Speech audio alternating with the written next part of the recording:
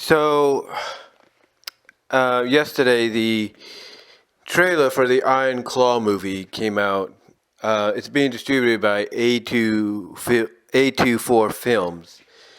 And in case you guys don't know what A24 Films is, they're basically a independent film company, distributing company that distributes, gets behind, I should say, a lot of projects that I guess you could say are outside of the AMPTP. In other words, like with what's going on right now in the strike and everything, you know, the AMPTP, can't be held responsible for what A24 is doing, when it comes to their projects.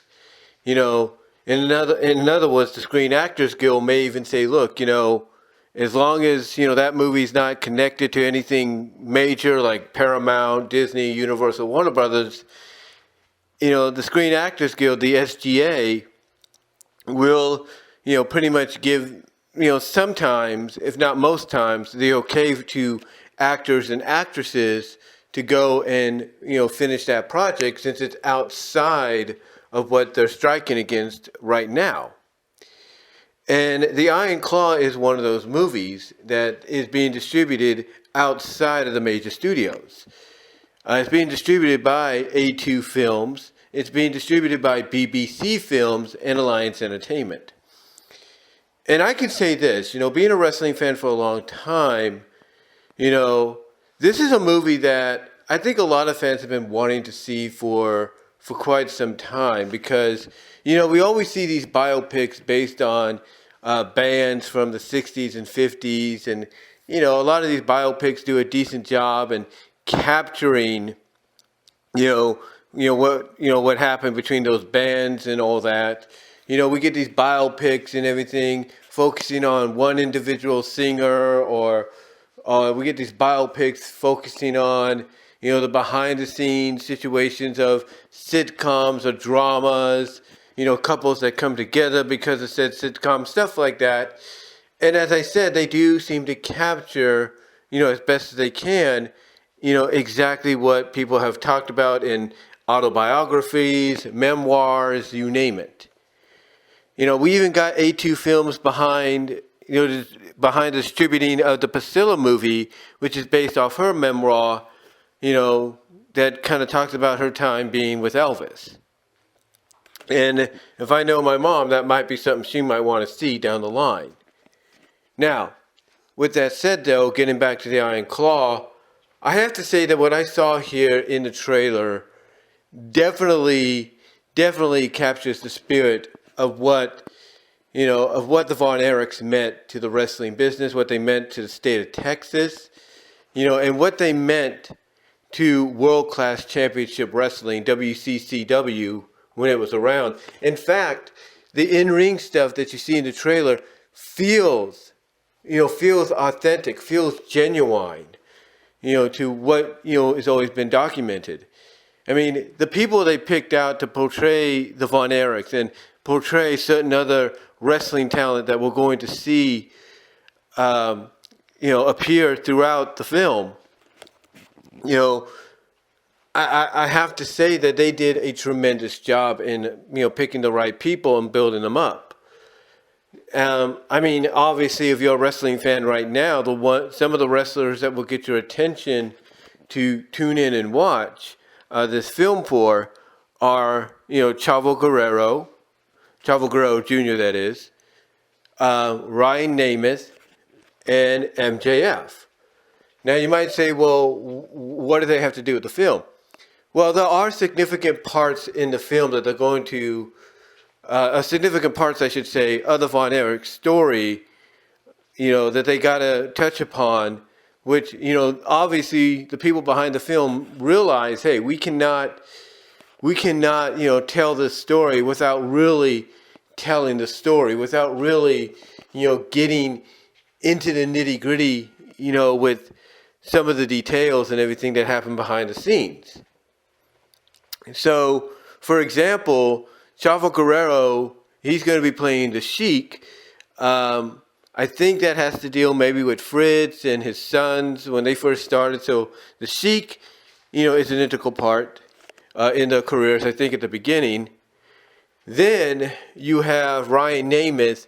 Ryan Nemeth is going to be playing Gino Hernandez.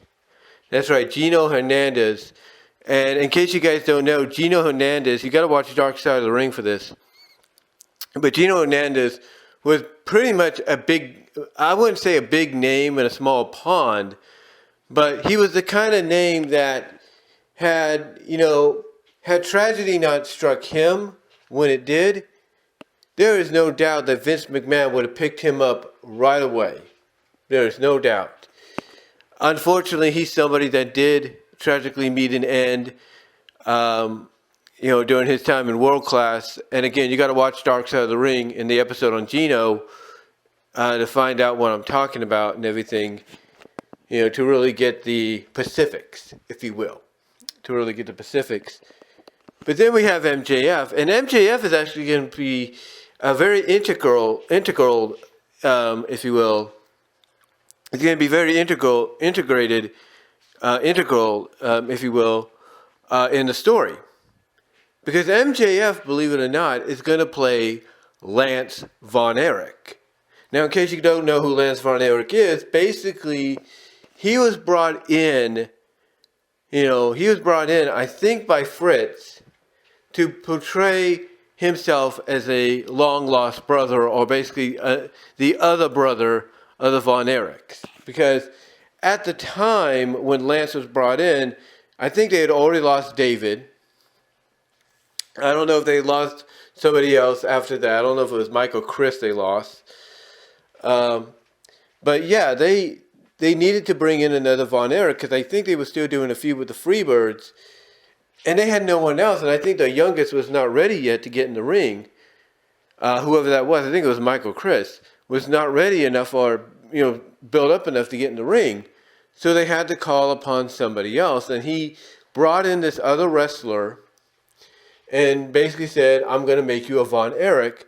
But here's what's crazy. And this was way before internet. Okay?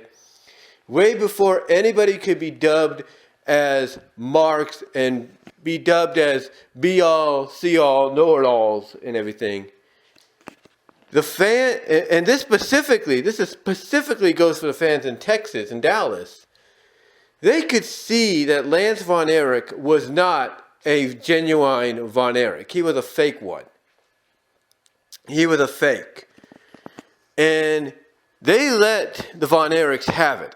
They let the Von Erichs have it when it came to basically, mostly Fritz trying to pass off this, false Von Erich as one of their own. Fans there could see through it, without even having to be on any kind of social media or internet and stuff like that. And what's interesting is that obviously Fritz realized that, this isn't going to work. And basically, I think they did something to where the guy that portrayed Lance left the territory or was kept around, but just put into a position to where he got exposed of pretending to be something he wasn't. And that's another aspect of the story they're going to explore. And the reason why you have someone like MJF, who's the current AEW World Champion, in that role, very important role, if you will.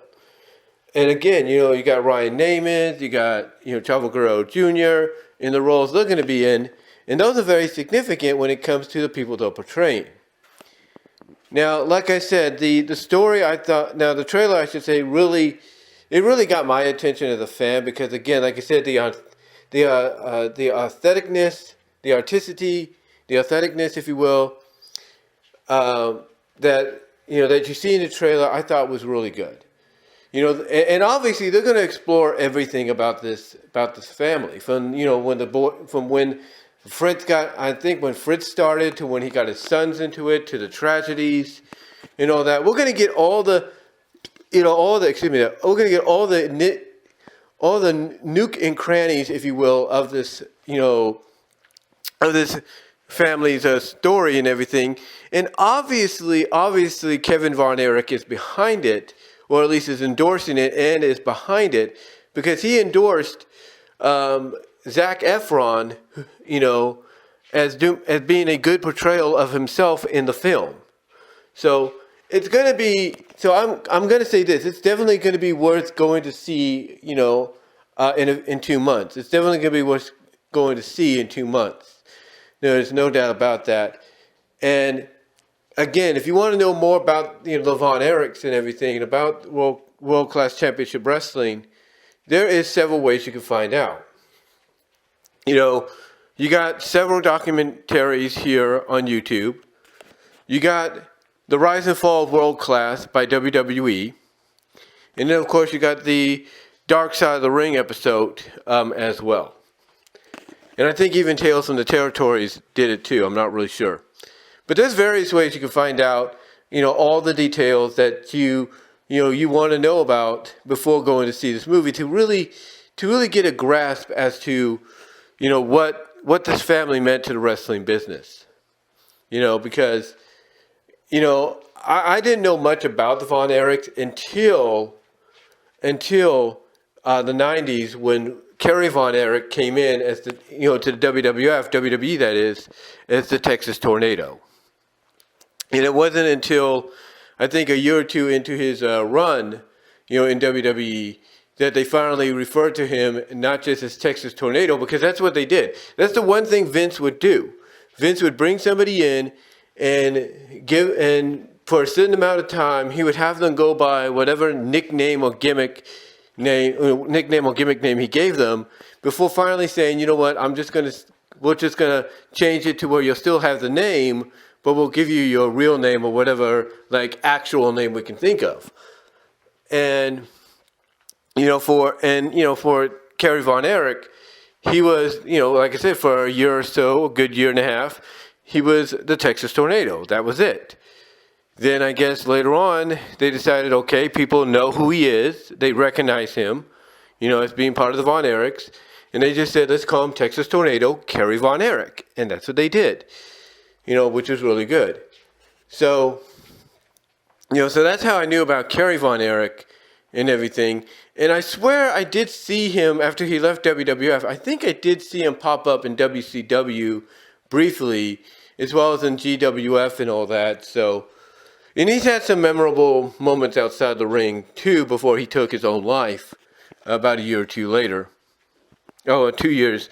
About a year, I think, 93 he took his life? So, yeah, about a year, a year after he was let go from the WWE, so yeah, it's, basically that's how I knew about him. And I think it was through Global Wrestling Federation, GWF, that on ESPN, that not only I saw him, but I think I saw Kevin Von Erich as well. I got to know over time what this family was about and everything. And obviously, anytime a wrestling company goes to Texas, to the Dallas area, or straight into Dallas, fans there, past and present, know who the Von Erichs are. They do. I mean, I was rewatching some clips from the Raw Homecoming in 2005, when Raw went back to USA from TNN, which is now Paramount Network. And I remember, they were making a big deal by Homecoming and the Legends and all that. And you can find it here on YouTube. They have the Legends segment on there. And they also have a segment where Lillian Garcia is introducing Kevin Von Erich to the audience, and that place exploded. When she first introduced him and everything. And then it was during the Legend segment when they were basically beating the crap out of Rob Conway for interrupting them and disrespecting them. That one of the last things you see, because all of them are kind of like laying it in on him. Dusty Rhodes is doing the flip-flop and fly on him. And then all of a sudden, the last big thing you see before Superfly Snooker goes up the top rope and hits him with a Superfly Splash, the thing you see before that, is Kevin Von Erich grabbing a hold of his head, Rob's head with one hand, and then latching on the claw with the other. And that place erupted. And there's even people in the comment section that said, hey, I was there, and when he did that, the roof almost came off. Because again, past or present, people in that area, that region, know who the Von Erichs are. The Von Erichs basically are like the Von Erichs basically to the state of Texas and mostly the Dallas area. They are, they were and still are, I should say, like the Beatles. When the Beatles came to the U.S., they are basically the Beatles of that area. So yeah, that's how important and how influential the Von Erichs, and how much the legacy is still kept around even to this day, through stories and rewatches and stuff like that. It shows you the impact that these people had, and they still have it to this day. I mean, when TNA tried to continue it on, they brought in Lacey to be part of the Beautiful People. That didn't last long, so I think she may have. I think she's retired, because I think she realized, hey, it's not for me. She tried. She might still try again. Who knows? And then you got Mike and Lance. I think it's, or Mark and Lance, one of the two. I can't think of the names right now. Kevin's sons that are wrestling right now. Last I saw, they were wrestling for MLW. I don't know if they're still wrestling for MLW. They might be ready to go off to AEW or even WWE. We'll see. But I can guarantee whoever gets Kevin's son under their system or under their roof are really going to benefit from it. Guaranteed. Because where they go, you're going to have where they go, you're going to have fans of the Von Erichs follow, especially if you end up in the Dallas area, because they will pack that place. They will pack that place just to see the Von Erich boys. That's a guarantee. But yeah, overall though, the trailer I thought did really good. The trailer I thought did really good in getting my vested interest peaked to a high that I want to go see this movie when it comes out. I really do. So let me know what your thoughts are, guys, on the Iron Claw trailer. What did you think about it? Does it got you interested to go see this movie? And does it got you interested to maybe find out more about the family that it's based on? Let me know down below in the comment section, as well as the live chat during the premiere. Like the video. And until next time, I am out.